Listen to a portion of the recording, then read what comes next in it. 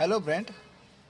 आज के वीडियो में हम एंड्रॉयड मोबाइल का ये बैटरी कनेक्टर कैसा रिमूव करते हैं और जो उसका ख़राब हो गया है उसको डालते हैं। इसके लिए आपको चाहिए एक मदरबोर्ड का स्टैंड और एक शोल्डर आयरन। उसके बाद आपको चाहिए जो आपको बैटरी निकालने का है उसका कनेक्टर। अभी मेरे पास सिर्फ पुराना बैटरी है, इसका कनेक्टर आज हम चेंज करेंगे।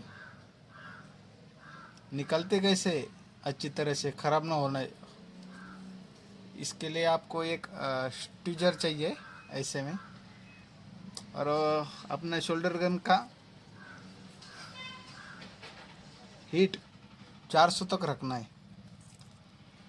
इसके लिए ऐसा रखने का उसके शोल्डर गन के ऊपर और ऐसा निकाल के लेने का। ये देखो हमारा किधर गया,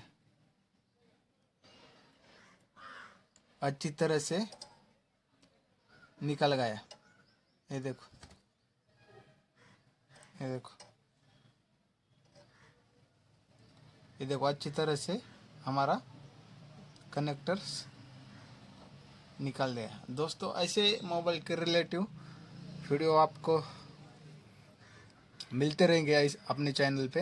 इसके लिए हमारे चैनल को सब्सक्राइब करो और बेल आइकन का बटन दबाओ ताकि आने वाले हर वीडियो आपके पास आते रहेंगे।